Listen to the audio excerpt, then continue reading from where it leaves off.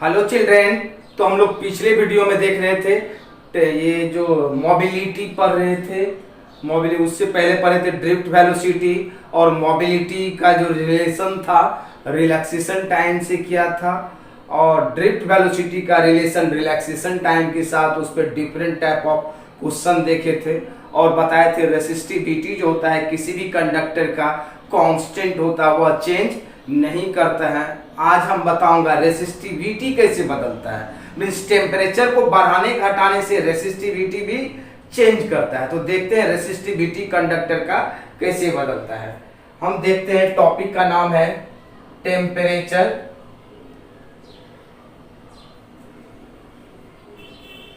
Temperature dependence of resistivity means resistivity का value temperature पे कैसे डिपेंड करता है। मीन्स रेसिस्टिविटी का वैल्यू जो होता है rho T equal to rho naught 1 plus alpha delta t, जहां delta t change in temperature होता है, मीन्स रो नॉट 1 प्लस, इसको लिख सकते हैं 1 प्लस अल्फा, यहां पर T2 माइनस T1, इस तरह से हम लिख सकते हैं। क्लियर है। और रो नॉट जो है मेरा, रो नॉट रो टी जो है मेरा रेसिस्टिविटी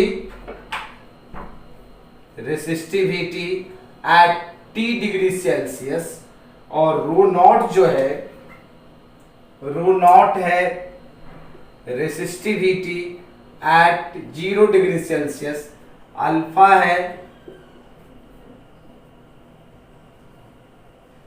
टेम्परेचर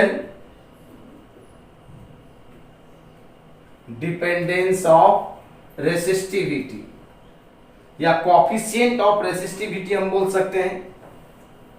अल्फा क्या बोलेंगे? Coefficient of resistivity. क्लियर है। और डेल्टा टी जो मेरा है, delta t change in temperature. और 3 ग्राफ होता है जो वेरी वेरी इंपॉर्टेंट होता है, उस ग्राफ को हम देखते हैं।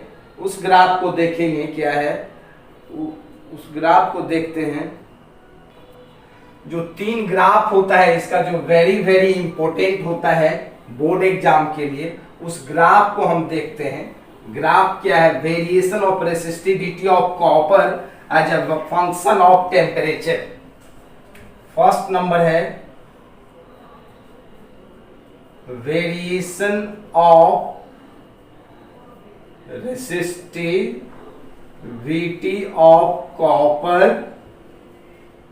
As a function of temperature. Means temperature के साथ कॉपर का रेसिस्टिविटी कैसे चेंज करता है उसको हमको देखना है।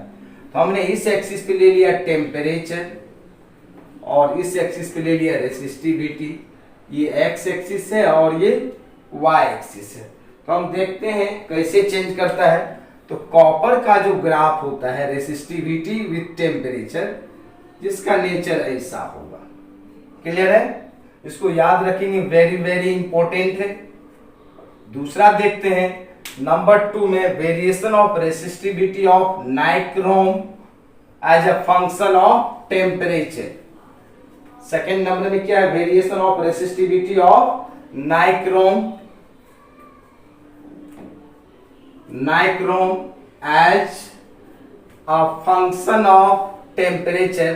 तो नाइक्रोम का देखते हैं। तो नाइक्रोम का जो ग्राफ होता है, नाइक्रोम का ग्राफ ऐसा होगा। क्लियर है। एंड थर्ड नंबर में है variation of resistivity of semiconductor. Variation of resistivity of semiconductor as a function of temperature. तो सेमीकंडक्टर का रेसिस्टिविटी टेम्परेचर के साथ इस तरह से बदलता है जैसे रेजिस्टेंस चेंज करता था। क्लियर है? This is the variation of resistivity of semiconductor as a function of temperature. Clear है यहाँ तक? चले आगे, चलते हैं आगे। तो उसी पे बेस्ड एक प्रॉब्लम दे रहे हैं, बना के दिखाएंगे। कहता है metal wire of diameter 2 metre, एक मेटल का वायर है, गिवन क्या है हम देखते हैं इसका आंसर। मेटल का वायर है, गिवन है, जिसका डायमीटर 2 मीटर है, तो मीन्स रेडियस कितना हो जाएगा 1 मीटर। जैसे डायमीटर को 2 mm ले लेते हैं, मीटर बहुत बड़ा लग रहा है देखने में, 2 mm है, तो उसका रेडियस कितना हो जाएगा 1 mm, मीन्स मिली सेंटी डेसी मीटर 10⁻³ मीटर हो जाएगा। एंड लेंथ इसका दिया हुआ है, L जो है मेरा 150 मीटर है, हैज रेजिस्टेंस इतना ओम एट 20 डिग्री सेल्सियस, मीन्स यही जो मेटल का वायर है मेरा, इसका इनिशियल टेम्परेचर T1 दिया हुआ है 20 डिग्री सेल्सियस, और इस वक्त का रेजिस्टेंस R1 लेट कर लेते हैं, जो कितना दिया हुआ है 0.5475 ओम। जब इसके टेम्परेचर को हमने बढ़ा करके T2 इक्वल टू कर दिया, T2 equal to 150 degree Celsius, 150 degree Celsius, तो इसका रेजिस्टेंस R2 कहता है हो गया है, R2 हो गया मेरा कितना 0.805 ओम। ठीक है, तो कहता है टेम्परेचर कोएफिशिएंट ऑफ रेजिस्टेंस बताइए। खुद से ट्राई कीजिए पहले आप लोग। आप देखो फर्स्ट नंबर का अगर हम बनाते हैं, कहता है अल्फा का वैल्यू कैलकुलेट कीजिए।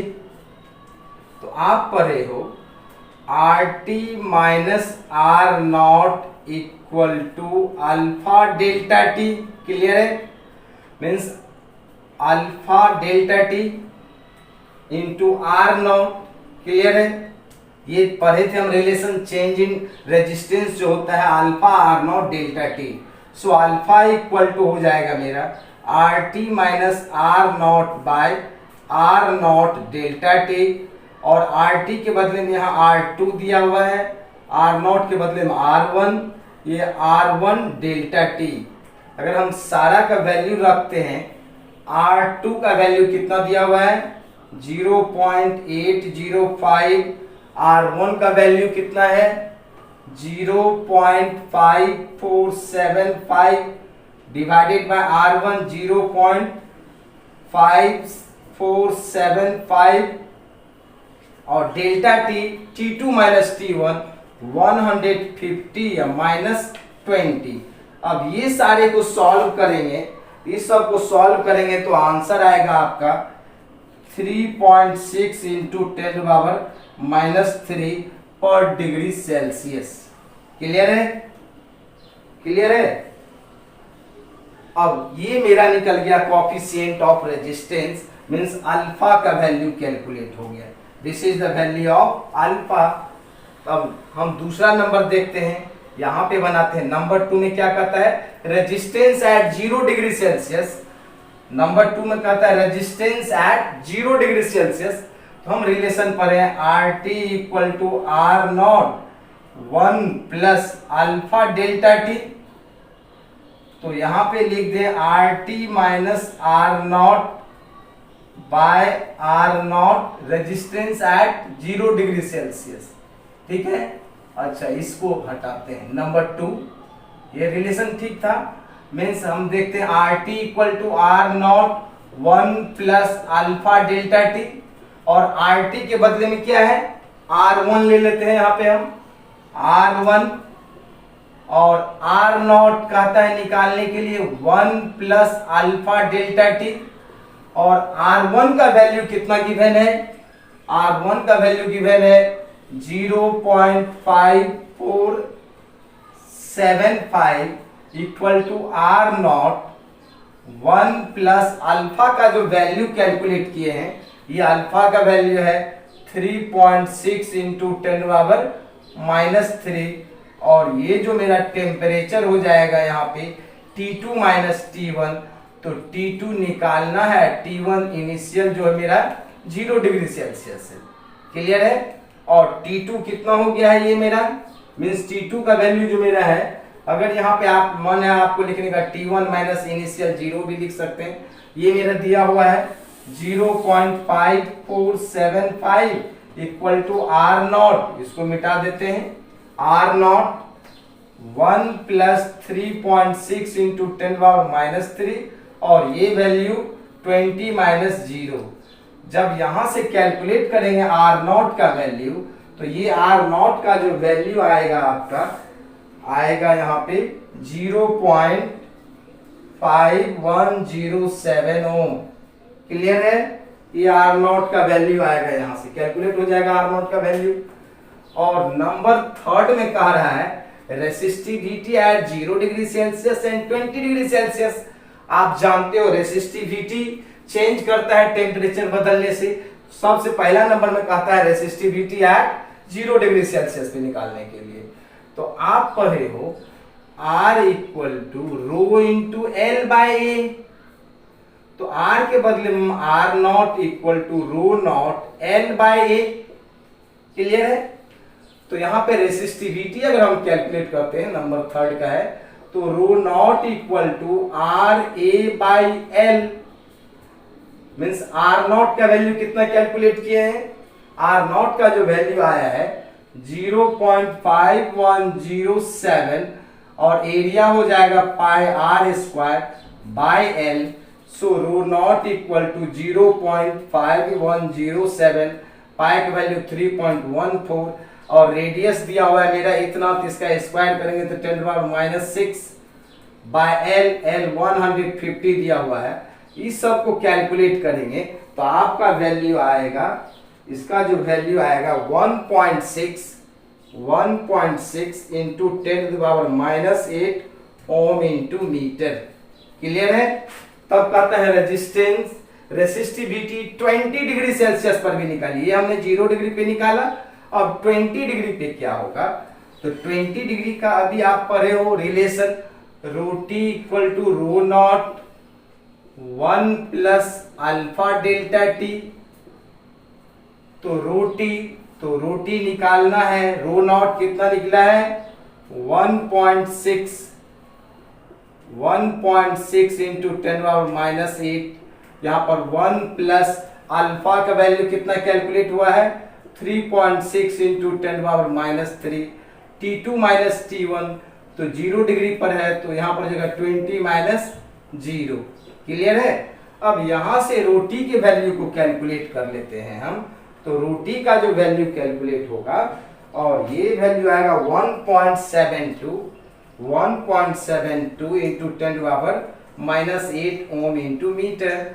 आप देखो टेम्परेचर बदलने से रेसिस्टिविटी भी चेंज कर रहा है, मींस 0 डिग्री पे मेरा रेसिस्टिविटी इतना है और 20 डिग्री सेल्सियस पे रेसिस्टिविटी इतना है। मींस किसी भी कंडक्टर का रेसिस्टिविटी तो कांस्टेंट होता है, बट टेम्परेचर बदलने से रेसिस्टिविटी भी बदल जाता है। अगर 1 मीटर कॉपर का वायर है, 2 मीटर कॉपर का वायर है, दोनों का रेसिस्टिविटी सेम होगा 0 डिग्री सेल्सियस पे। अगर उसको हम हीट करेंगे तो इस रिलेशन से रेसिस्टिविटी चेंज करता है। क्लियर है यहां तक, चले आगे। हम देख रहे थे ओम्स लॉ का, ये सब डिडक्शंस था। अब हम देखते हैं heading limitation of Ohm's law, means Ohm's law कहां तक वैलिड है उसको हमको देखना है। क्लियर है सबको, मजा आ रहा है। अब देखते हैं limitation of Ohm's law. Ohm's law का क्या क्या लिमिटेशन होगा उसको देखना है। सबसे पहला लिमिटेशन तो है it is only valid for ohmic conductor.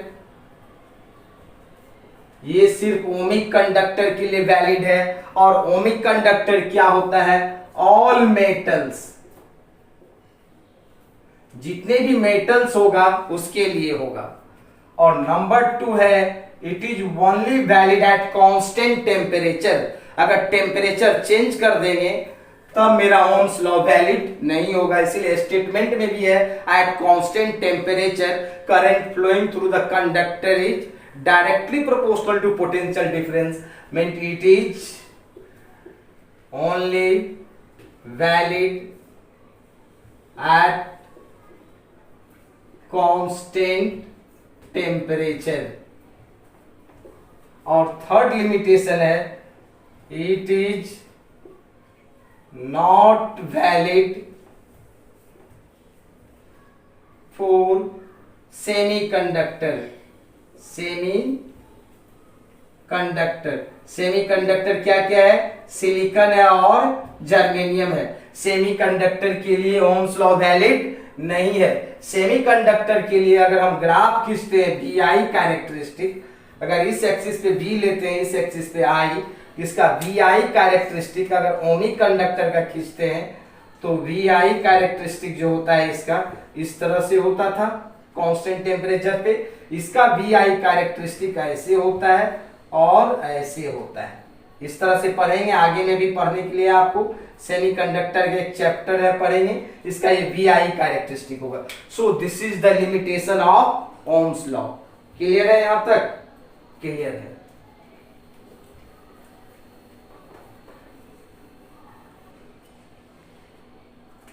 अब एक टर्म है जिसको हम समझते हैं, क्या है? Super conductivity. सुपर कंडक्टिविटी क्या होता है? कोई भी जब कंडक्टर होता है,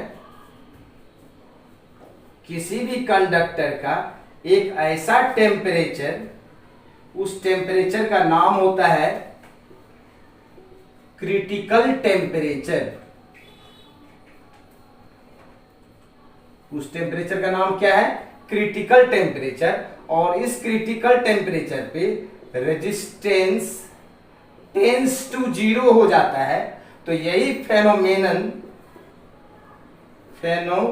क्या कहलाता है? Super conductivity. मीन्स उस वक्त रेजिस्टेंस टेंस टू 0 होता है। इसका एग्जांपल है सम मेटल्स एंड एलॉय। तो कुछ ऐसे मेटल्स और एलॉय होते हैं किसी खास टेम्परेचर पे उसका रेजिस्टेंस टेंस टू 0 हो जाता है। यही फेनोमेनन क्या कहलाता है? Super conductivity. और वह टेम्परेचर जो होता है उस टेम्परेचर को हम क्या कहते हैं? क्रिटिकल टेम्परेचर कहते हैं। लेकिन ये इम्पॉसिबल नहीं है, कोई भी ऐसा कंडक्टर नहीं है जिसका रेजिस्टेंस 0 होगा। जब 0 हो जाएगा उस वक्त का कंडीशन सुपर कंडक्टिविटी होगा। क्लियर है? और टेंस टू 0 होता है तो approx super conductivity, not exact super conductivity. Super conductivity के लिए इसका वैल्यू एग्जैक्ट कितना होना चाहिए? 0 हो जाना चाहिए। तो कोई भी ऐसा कंडक्टर नहीं है जिसका रेजिस्टेंस 0 होता है। टेंस टू 0 हो सकता है बट 0 नहीं होगा। जिस वक्त 0 हो जाएगा वह कहलाएगा क्या? Super conductor. तो कोई पूछे सुपर कंडक्टर का रेजिस्टेंस क्या होगा? तो 0 होगा। क्लियर है? अब हम देखते हैं जो वेरी वेरी इंपॉर्टेंट टॉपिक है जिसका नाम है ग्रुपिंग ऑफ रेजिस्टेंस। हेडिंग दिया हमने ग्रुपिंग ऑफ रेजिस्टेंस। रेजिस्टेंस को कैसे कैसे कनेक्ट करते हैं? फर्स्ट नंबर में पढ़ते हैं हम सीरीज कॉम्बिनेशन रेजिस्टेंस का क्या होगा। देखते हैं सीरीज कॉम्बिनेशन कहता है if resistance are connected end to end is called series combination. अगर रेजिस्टेंस को एंड टू एंड कनेक्ट कर देते हैं तो उसको हम क्या कहते हैं? Series combination. ये एक सेल है और ये रेजिस्टेंस को R1 लीड कर लिया, this is R2 and this is R3 और सीरीज में कनेक्ट है तो सब में करंट का वैल्यू क्या होगा? कांस्टेंट होगा। लेकिन इसका पोटेंशियल V1, यहाँ का पोटेंशियल V2, यहाँ का पोटेंशियल क्या होगा? V3 होगा। जब रेजिस्टेंस सीरीज में कनेक्ट होगा तो क्या क्या होगा? फर्स्ट नंबर पॉइंट क्या होगा? Current is constant. क्लियर है? नंबर 2 क्या होगा? potential is variable. Number third, if V is the net potential, then V equal to हम लिख सकते हैं what, V1 plus V2 plus V3, equation 1। अब तीनों रेजिस्टेंस को मिला करके एक न्यू रेजिस्टेंस देगा, उस न्यू रेजिस्टेंस को हम कहते हैं इक्विवेलेंट रेजिस्टेंस। हम लिख कर लिया नंबर 4 में, if RS means resistance in series, RS is the equivalent resistance, then क्या होगा, V equal to IRS। V1 क्या होगा, इसमें भी करंट कितना जा रहा है I, यहां भी करंट कितना है I, इसमें भी करंट कितना है I, करंट कांस्टेंट है, तो V1 हो जाएगा IR1। V2 क्या होगा IR2, V3 क्या होगा IR3। क्लियर है? So from equation 1 we get IRS equal to IR1 plus IR2 plus IR3, I cancel हो जाएगा, therefore RS equal to R1 plus R2 plus R3 means equivalent resistance is always greater than individual. आप क्या देख रहे हो, RS का value greater than R1 है, greater than R2 है, ग्रेटर देन R3 है, एंड RS का value greater than R1 plus R2 है, greater than R1 plus R3 है, greater than R2 plus R3 है, but RS is equal to R1 plus R2 plus R3। Clear है? Means in series combination equivalent resistance is always greater than individual. Clear है? ये simple सा चीज है, आप 9th 10th class में भी पढ़ते होंगे। चलिए आगे, अगर हम देखें इसी में नंबर 4 देख रहा था, equivalent resistance is always greater than individual. Clear है? अब हम यहां पे देखें नंबर 5 में, ये बहुत सारा रेजिस्टेंस है, ये भी R ओम R ओम R ओम R ओम, यहां से यहां तक n रेजिस्टेंस कनेक्ट है किसी एक सेल से, तो कहता है इक्विवेलेंट रेजिस्टेंस क्या होगा, तो मींस RS इक्वल टू हो जाएगा R plus R plus R plus R n तक, so RS equal to NR। Clear है? If n resistor each of value a small r ohm are connected in series, then equivalent resistance is equal to RS equal to NR। Clear है? अगर हम यहाँ पे एक question दें आपको, यहाँ पे अगर एक क्वेश्चन दें, ये एक सर्किट है जिस सर्किट में 3 रेजिस्टेंस है और यहाँ पे लगा हुआ है एक सेल जो 100 वोल्ट का सेल है, ये 2 ओम रेजिस्टेंस है, ये 5 ओम रेजिस्टेंस है, ये 13 ओम रेजिस्टेंस है। तो क्वेश्चन में कह रहा है कितना इस क्वेश्चन में फर्स्ट नंबर में कह रहा है, नंबर ए में इक्विवेलेंट रेजिस्टेंस क्या होगा बताइए, नंबर बी में करंट क्या होगा बताइए, नंबर सी में पोटेंशियल ऑफ ईच रजिस्टर, सारे रजिस्टर का पोटेंशियल भी बताना है। तो फर्स्ट नंबर में इक्विवेलेंट रेजिस्टेंस क्या हो जाएगा, equivalent resistance RS equal to R1 plus R2 plus R3, 2 plus 5 plus 13 कितना हो जाएगा, 7 प्लस 13 कितना हो जाएगा, 7 × 10 20 ओम। क्लियर है? नंबर बी में I का वैल्यू कैलकुलेट करना था, I इक्वल टू कितना हो जाएगा मेरा V/R, V कितना है मेरा 100/20 5 एम्पियर। ठीक है? तो यहाँ भी करंट का वैल्यू 5 एम्पियर, यहाँ भी 5 एम्पियर, यहाँ के पोटेंशियल को V1, यहाँ के पोटेंशियल को V2, यहाँ के पोटेंशियल को V3। नंबर सी में कह रहा है V1 कैलकुलेट कीजिए, this is equal to IR1। तो आई का वैल्यू मेरा 5 है, ये 2 5 2 जा 10 वोल्ट। फिर कह रहा है V2 कैलकुलेट कीजिए, मीन्स IR2, इसका वैल्यू मेरा और 5 है और ये भी 5 है, 25 वोल्ट। और V3 का है कैलकुलेट कीजिए, IR3, आई मेरा 5 है, ये 13 है, 65 वोल्ट। अब सबको जोड़ोगे तो 100 वोल्ट आएगा। So your answer is correct. Clear है? यहां तक क्लियर है? देखते हैं आगे क्या है। तो ठीक है, तो फिर मिलते हैं नेक्स्ट वीडियो में। पैरेलल कॉम्बिनेशन लेकर के आएंगे और different type of problem based on grouping of resistance होगा, जो वेरी वेरी इंपॉर्टेंट टॉपिक होगा। तो आज के लिए इतना ही, बाय।